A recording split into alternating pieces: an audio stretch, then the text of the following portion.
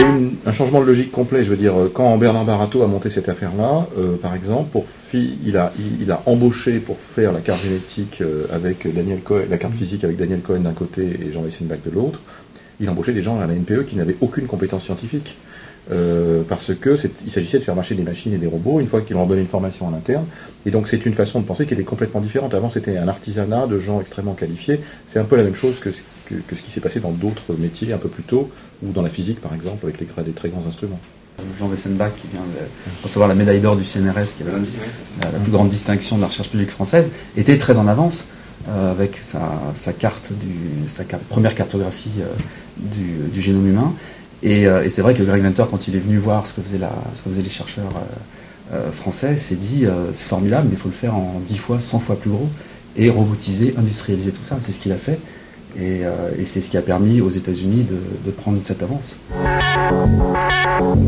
Il n'est pas le seul à avoir eu cette idée-là, mais il est probablement, Greg Venter, celui qui l'a appliqué avec la plus grande énergie et détermination et avec l'ampleur la plus large. Parce que finalement, Greg Venter a réussi à créer une émulation formidable aux États-Unis et à créer une mobilisation, à susciter une mobilisation des laboratoires universitaires américains.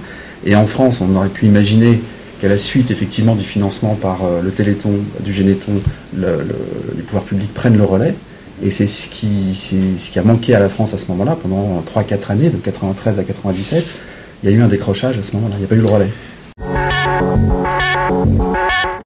L'AFM, à un moment donné, s'est recentré sur sa mission première, qui est l'accompagnement des malades. Soigner les malades. Soigner les malades. Et à ce moment-là, attendait des pouvoirs publics qu'ils réagissent et qu'ils prennent le relais, financièrement, en mobilisant les laboratoires publics. Et c'est là où l'enjeu n'a pas été suffisamment mesuré par les pouvoirs publics français. Mais il y a eu les mêmes réticences à des degrés divers en France et aux États-Unis à ce moment-là. C'est que ce genre de projet de très grande ampleur qui mobilise beaucoup d'argent public fait beaucoup peur à la communauté parce qu'ils ont l'impression que ça va complètement assécher toute la recherche traditionnelle. Et donc les mêmes inquiétudes ont eu lieu au même moment. Et comme les gens qui sont en position de donner leur avis étaient inquiets vis-à-vis de ça, ça a certainement dans les deux cas freiné. Le fait que les moyens qu'avaient les États-Unis sous le coude étaient nettement plus importants a probablement permis à leur projet de décoller plus tôt.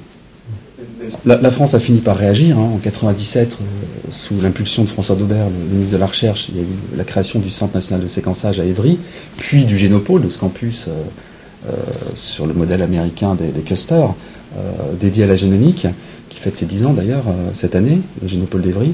Donc il y a eu une réaction et il y a une mobilisation en France. Mais le retard pris, je ne sais pas quel est ton sentiment là-dessus, mais il est quand même très difficilement rattrapable. Aujourd'hui, il y a comme un gâchis quand même d'avoir eu autant d'avance intellectuellement, scientifiquement parlant au début des années 90 et aujourd'hui d'avoir des États-Unis qui font la course en tête avec plus de 70% des investissements en sciences de la vie sont faits aux États-Unis. Donc,